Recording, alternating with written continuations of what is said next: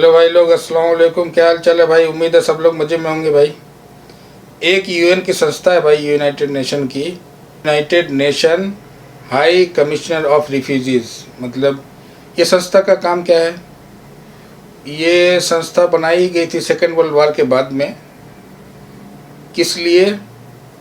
ताकि जो लोग घरों से बाहर बेचारे या निकल जाते हैं, मतलब मजबूरन, कैसे कोई तकलीफ़ आई, कहीं लड़ाई हो रही है और कुछ, इस वजह से या निकल जाते हैं या मजबूर होके निकलना पड़ता है।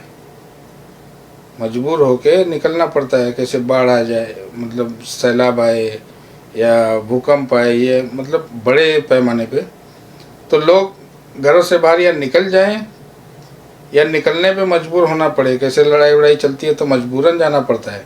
कोई अपना घर छोड़ के जाना नहीं चाहता, मगर मजबूरन जाना पड़ता है। तो इसलिए ये संस्था है। ये क्या काम करती है? लोगों को, मतलब अब कैंप बना के, अब घर तो परमानेंट जाहिर सी बात है नहीं बना सकते, दवा, उनके लिए दवा का इंतज़ाम, कैंप बना के उनको रहने का इंतज़ाम, खाने का इंतज़ाम, यही सब घर में करता है आदमी। घर में क्या है, घर से आदमी स्कूल जाता है, दवा लेने जाता है, काम काज करने जाता है, आके सोता है। तो यही काम वो लोग कोशिश करते हैं कि मतलब ज़िंदा रहो आप, आपकी ज़िंदगी की रक्षा की जाए, सेफ्टी की जाए। आपको दवा चाहिए, बच्चों के लिए स्कूल चाहिए तो स्कूल भी बना के देते हैं। अभी आप लोगों ने सुना होगा, फ़िलिस्तीन में अभी यूएन के स्कूल पे भी बम गिर रहा है। इजराइल उस यूएन के स्कूल तक को नहीं छोड़ रहा, वहाँ पे भी बम गिरा रहा है। आप लोगों ने सुना होगा न्यूज़ में। तो यूएन के स्कूल दुनिया भर में हैं, जहाँ भी ज़रूरत पड़ती है लोग मदद करते हैं।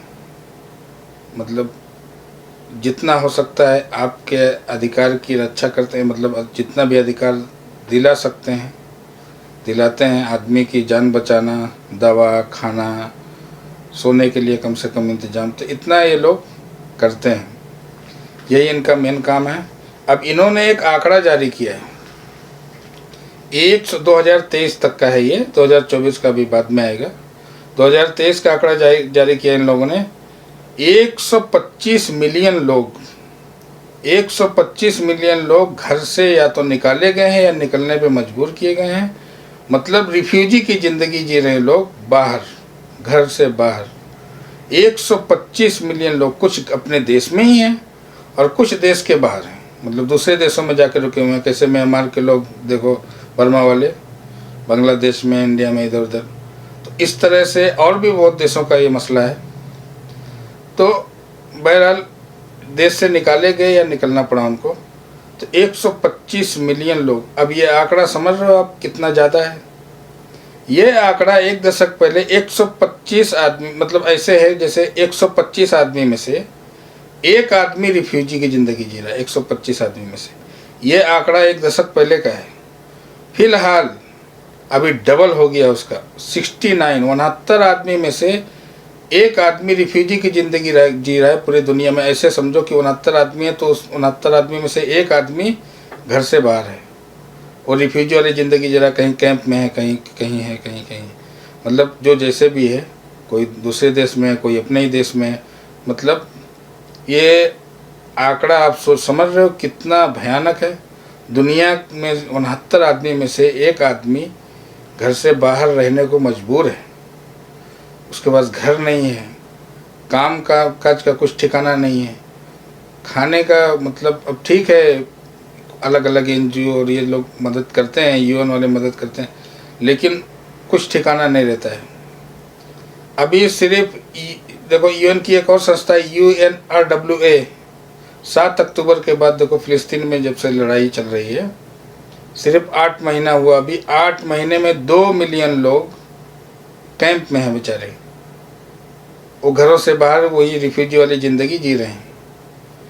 और इससे भी ख़तरनाक सूडान का हाल है।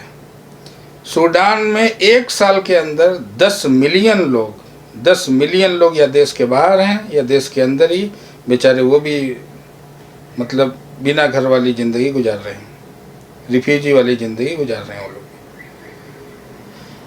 और हर महीना दुनिया भर में, पूरी दुनिया में हर महीना, एक महीने में 10 लाख लोग, इनका आंकड़ा है कि 10 लाख, लगभग 10 लाख लोग घर से निकाले जाते हैं या घर से निकलने को मजबूर हैं बेचारे, वो रिफ्यूजी की ज़िंदगी जीने को मजबूर हैं।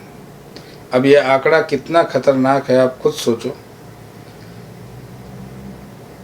इसके लिए इसका सॉल्यूशन एक ही है, इसका हल एक ही है कि दुनिया भर की सरकारों को इसके बारे में सोचना पड़ेगा, काम करना पड़ेगा। तो इसको कम से कम किया जा सकता है, ख़त्म तो नहीं होगा, एकदम से ख़त्म नहीं हो सकता है, क्योंकि कुदरती तौर पे कहीं देखो बाढ़ आती है, कहीं जलजला आ गया, भूकंप आ गया, कहीं और कुछ परेशानी, आंधी होती, तूफान।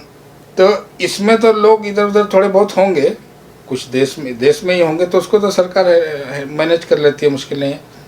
कुछ दूसरे देश वालों भी हम देखते रहते हैं, दूसरे देश भी मदद करने पहुंच जाता है किसी देश में। अभी देखो तुर्की में जलजला आया था तो इंडिया सरकार भी आई थी मदद करने के लिए। तो ऐसा होता है, सरकारें मदद कर देती हैं अपने देश की या बाहर की, नहीं है तो एनजीओ है बहुत सारे, वो लोग मदद करते हैं। मतलब एकदम ख़त्म नहीं हो सकता, लेकिन काफ़ी हद तक ख़त्म हो सकता है अगर दुनिया भर की सरकार मिल के कुछ इसका हल निकाले। भाई वीडियो कैसी लगी जरूर कमेंट करके ज़रूर बताना, और भाई जो लोग सब्सक्राइब नहीं किया चैनल सब्सक्राइब कर लो भाई। चलो भाई मिलते हैं फिर नेक्स्ट ब्लॉग में।